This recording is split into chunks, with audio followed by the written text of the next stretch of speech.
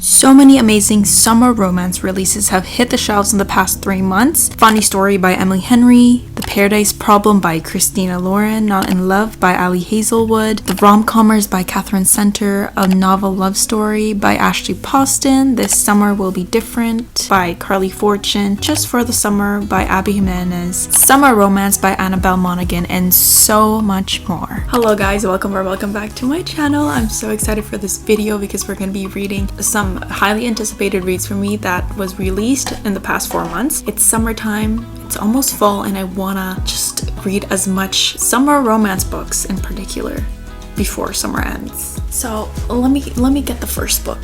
Funny Story by Emily Henry. I'm so excited for this. I'm the most excited about this because the past 2 books that I've read by her, 10 out of 10 would recommend. Rated it like 6 stars. It was Beach Read and Happy Place. Those were both 6-star reads for me, so I'm so excited to read this.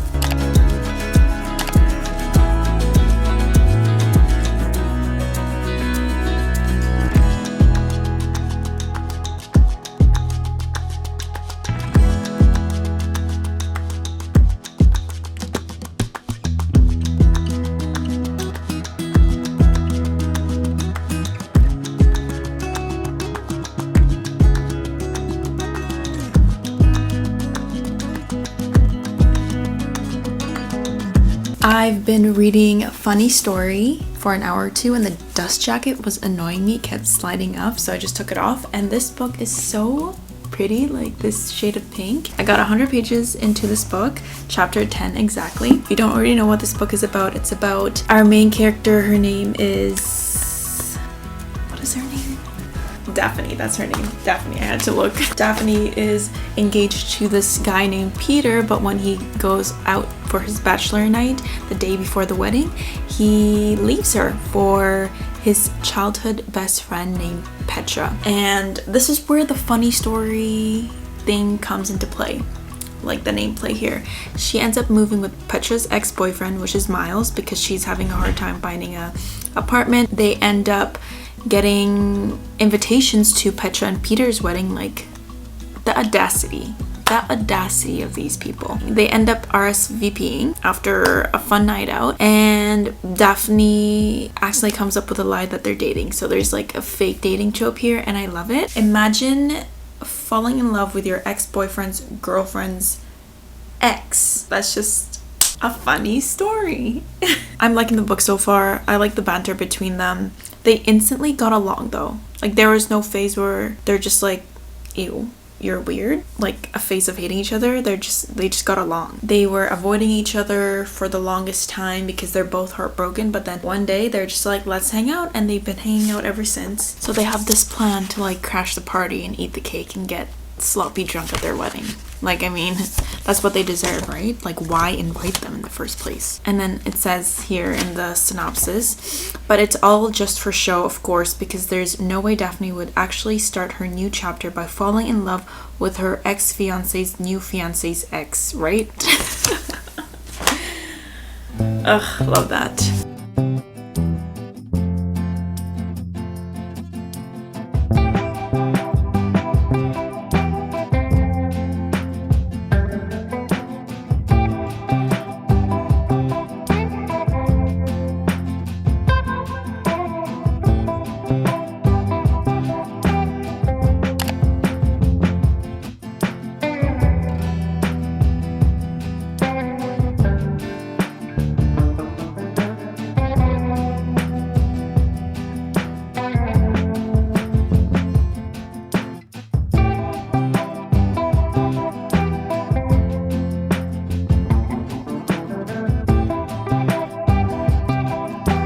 Hey guys, I have unlocked a new reading place right across my place.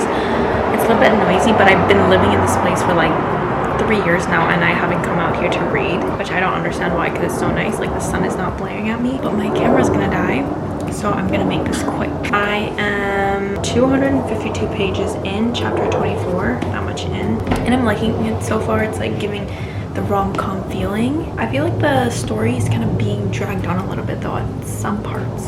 I don't know why. Yes, they live together. Yes, there's a kiss here and there, and it's inevitable that they're gonna fall in love. So just fall in love. Like, why haven't you fallen in love this much into the book? You're just in denial.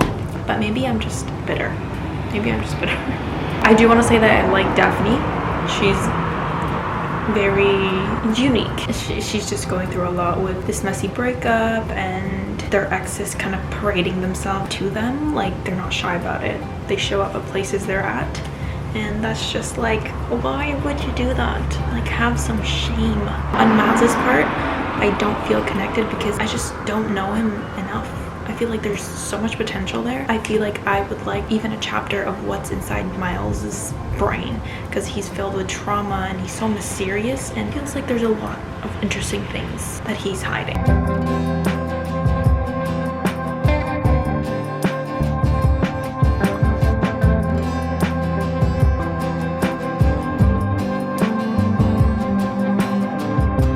Guys, I love the character Starfish, or sorry, not Starfish, Starfire, that Daphne's dad is currently dating. I don't know, it's just chaotic. Like, the dad and Starfish, so chaotic. I love their energy, and there's this one scene where she reminds me of Cam from Modern Family. It was during the earthquake, after the earthquake, and Mitchell's like, oh no, now we lost Phil. And he's like in the background, we lost Phil? And then Mitch says, now we lost Gloria. We lost Gloria. That was like what Starfish is giving me right now. Guys, I know I look like a mess, but I'm reading this book. I don't know why it's making me cry, but showing up matters. Showing up matters, guys. Showing up. Just show up. Hello everyone, it's the next day and I finished Funny Story last night. Let me tell you, I don't know why I was hating on them. I feel like I was just in a particular mood yesterday, but I really underestimated Miles until like the main conflict happened, and the main conflict didn't present itself until maybe there was like a third or a little bit 100 pages left in the book, and it's the conflict that you can see from like a mile away because it's just inevitable. And when they started living with each other and kind of having like feelings for each other and stuff like that, you know it's gonna lead up to the biggest conflict. Was that there's like miscommunication, and I don't like miscommunication.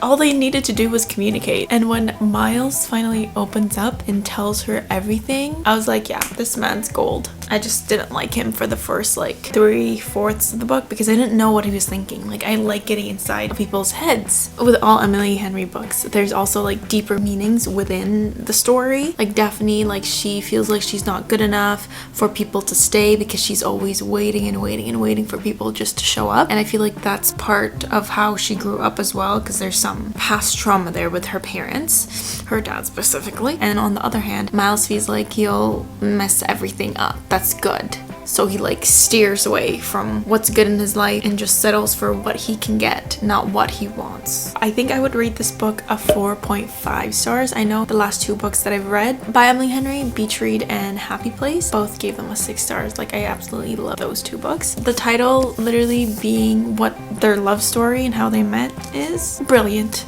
Brilliant. The next book that I'm gonna read in this vlog, also absolutely love the author. The past 2 books in the series, or the past 2 books I've read by her, 6 stars, 6 stars. I love it. And that book is Just for the Summer by Abby Jimenez. I absolutely loved Part of Your World and yours truly. Gave those both a 6 star, so I'm hoping this is also a 6 star.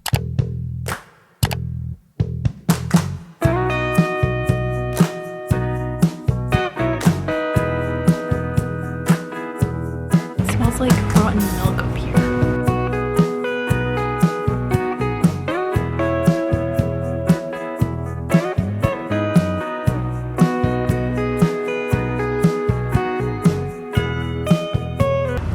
I forgot my pen or highlighter or tabs, and there's like a few funny, relatable things in here. Going well so far. Hey guys, I'm at my friend's house. I know I look like an egg. We've decided to go on a run.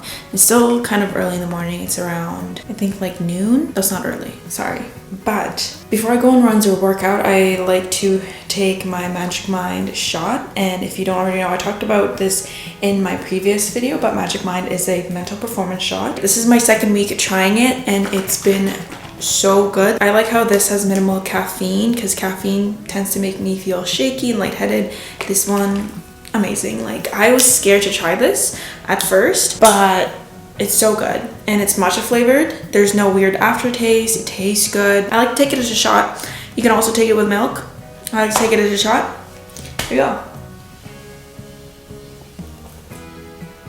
Now I'm ready for my run.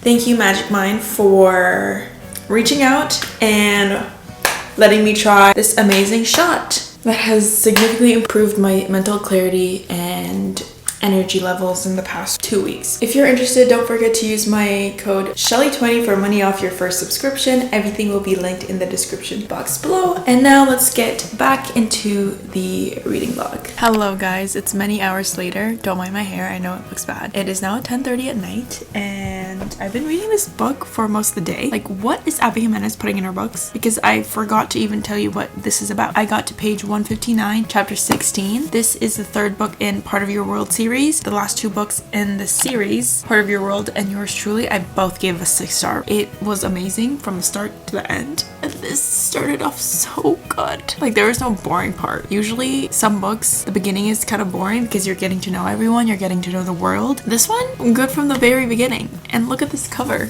It's a work of art. The reason why I'm loving this, and I've loved the past two books, is because they're both part of a series and they are happening in the same world. So I kind of feel like I'm thrown back into the world where the past two books happened, and I love that because they're both 6-star reads. This one is about Emma and Justin. Emma is a travel nurse. She travels with her best friend named Maddie, and I want to be her one day. I want to be a travel nurse one day, and I love the little medical tidbits that are in the book here and there. Like, I just love that because I feel like I can understand. And Justin's just this typical guy. He's a software engineer. They have one thing in common. They both have a curse that whenever they date someone and they break up, those people go out into the world and find their one true love. Talk about good luck. Justin has a Reddit thread about being love's good luck charm, and it's gone viral, and that's how they meet. Emma decides to DM him and tell him, oh my god, that's the same thing that's happening to me. They end up meeting up and they form like a plan. If they date each other, their curses will cancel out and they'll go on to find their soulmates. Only Justin wasn't supposed to be unbelievably cute and hilarious. So that's the plot of the story. There's also other things going on in their personal lives. So, including catching real feelings, has fate finally brought the perfect pair, or will their cure be way more hazardous than the cure itself? I'm gonna leave it there.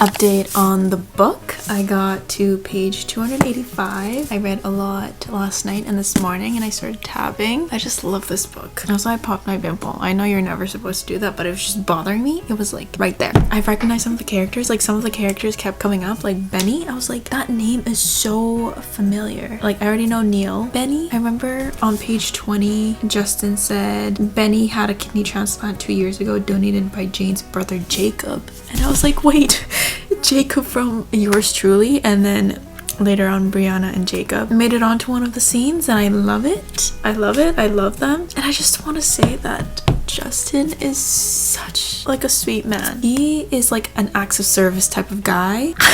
He literally went to bring her lunch because he wasn't able to see her because she's working all the time, 12-hour shifts, and he's like, I brought that in just so I can see her for 5 minutes. I can't. And then recently Brianna got sick with like the norovirus. He just like did everything. Like, the moment he knew, he went out there, bought her food, called the doctors, made sure she was fine and didn't leave her, and made sure he was close to her without invading her privacy and space, just in case she needed something. Like, he cleaned the house. He put new sheets on her bed while she was showering. Like, Acts of service is like my love language, and I love it and appreciate it when people do something small like that. Like, it means the whole world to me. There's one part, the yellow ones, I don't know, are the funny scenes, and Justin's mom and her best friend Lay, so funny.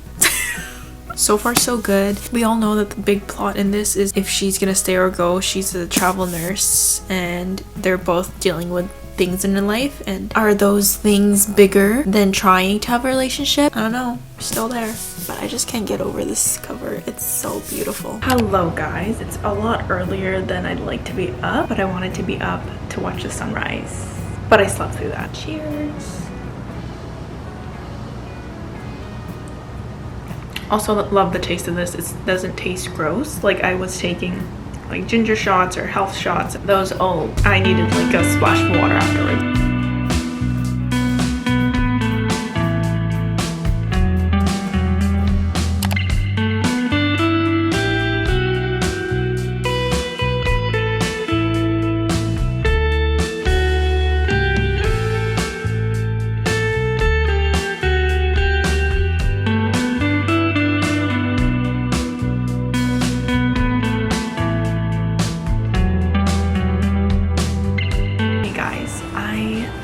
Finished the book, and I'm gonna read you one quote that's gonna tell you everything about how I feel for this book, or about this book. I can't even talk, and sorry it's so loud, there's cars driving by. Best kind of love doesn't happen on moonlit walks and romantic vacations. It happens in between the folds of everyday life. It's not grand gestures that show how you feel, it's all the little secret things you do to make her life better that you never tell her about.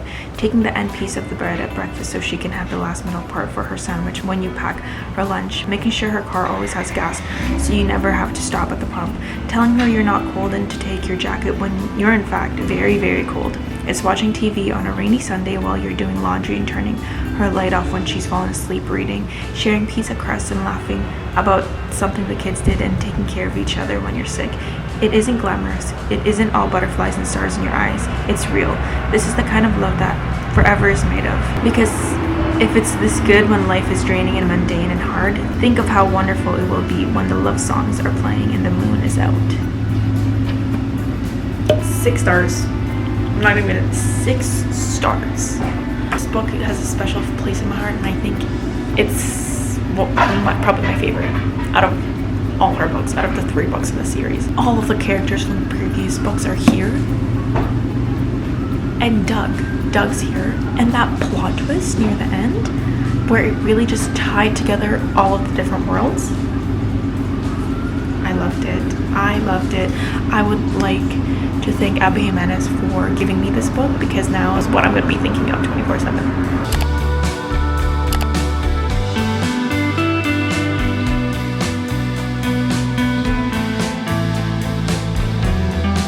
Hey guys, it's like a week, 2 weeks later, I don't even know, there's like a time zone, and I am in a different setting. I'm currently in a tent right now. I am on the island. I don't even remember when I last updated this video. I know I was reading This Summer Will Be Different, and I haven't read much. After I finished nursing school, I had to move out of my place.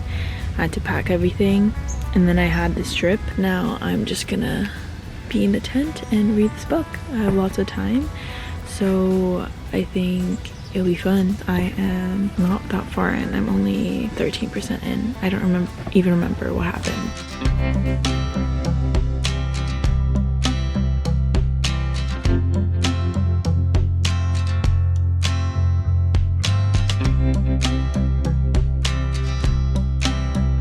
Hey guys, another update to this vlog. I feel like I've been filming this vlog for so long, and believe it or not, I'm still not done this book. I don't think I even told you guys what this book is about. I think this is my 2nd week of reading it. It's just my life's so busy right now that I can't sit down and focus. I feel like this is like a 1 sitting, 2 sitting type of book. This book takes place in Prince Edward Island, which I love because it's in Canada. I want to go there one day. Lucy's a tourist there vacationing, and then she meets this handsome guy at a bar, I think, or a restaurant, and shows her a good time, and you know, it was a very good time according to her.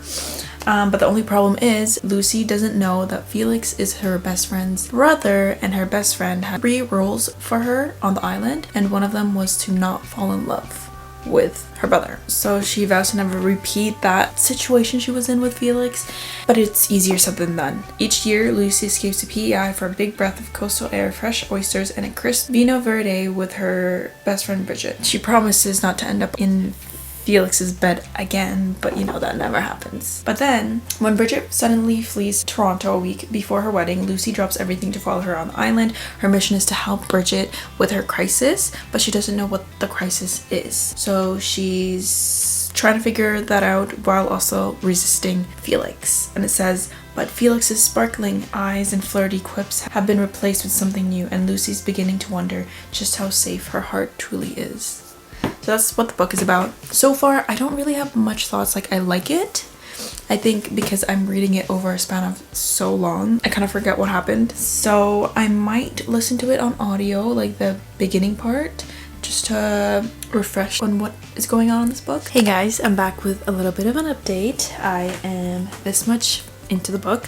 I don't have a bookmark with me right now, and I am using my Kindle's bookmark where I've been also reading it. I feel like I haven't really talked about my opinion on this book so far. I am on page 208, chapter 26, I believe. I stopped midway through the chapter to go eat. Like I said, I've traveled around with this book so much, and I was reading on my Kindle. There was this spice scene that went on for quite some time. I was waiting by the terminal, waiting to board the plane. There were so many people around me, and I like my Kindle font size to be huge because I feel like I'm reading faster. I was just scared. There was so many people around me within arm's reach or like behind me standing. They could have easily saw what I was reading.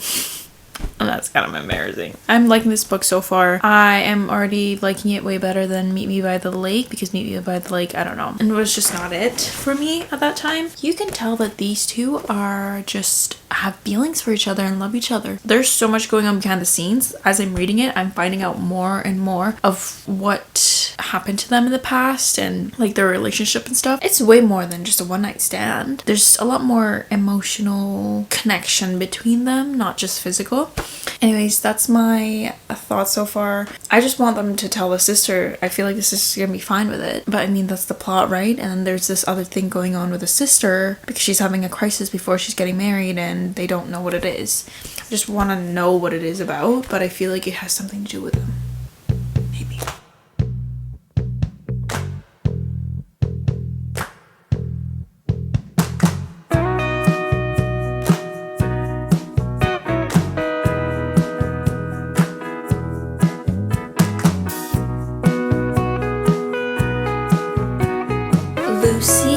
Lucy, I don't blame you. It's the next day and I finished This Summer Will Be Different this morning. This book took me 17 days to finish. I mean, I feel like that's a normal reading time for some people, but for me this is like very short and could be done in a day or two. But I was just busy with so much things going on in my life recently. My thoughts on the ending. It was kind of like a little bit of a letdown for me because like the book was building up so much suspense for the ending. It just resolved itself. Like it worked out for everyone. I don't know if that's a spoiler, but it just worked out. Like there was no, you betrayed me, betrayal. Like you're my best friend. Why would you do that to me? Like it wasn't like dramatic. So I did rate this 3.5. I'm not sure, 3.5 or a 4. I think I'm gonna go with the 3.5 because I did love them. Like I love their relationship and stuff. Like they had good chemistry, but I just like didn't like the ending as much. I thought they would just like end it with a bang, but they ended it with a bang. Not as big as I thought. Anyways, this was such a good book. I'm so sad that this will be my last summer book for a while. This is the last summer vlog for a while. It's just sad because I love summer and I don't want to say goodbye to it. And now that I've moved back home, we're up more in the north, so it gets cold faster. When I was in BC, it's still warm right now. Like it's still like 30 degrees there, and now here it's in like the low 10s. But I'm just sad that summer's come to an end. If you stayed this long to the video, thank you so much. Comment down below your favorite summer read. I don't even know what mine is. Oh, definitely Just for the Summer by Abby Jimenez. Don't forget to use my code Shelly20 to get money off your Magic Mind subscription or purchase. Everything will be linked down below, and I hope I see you guys in the next video. Don't forget to like and subscribe. Bye.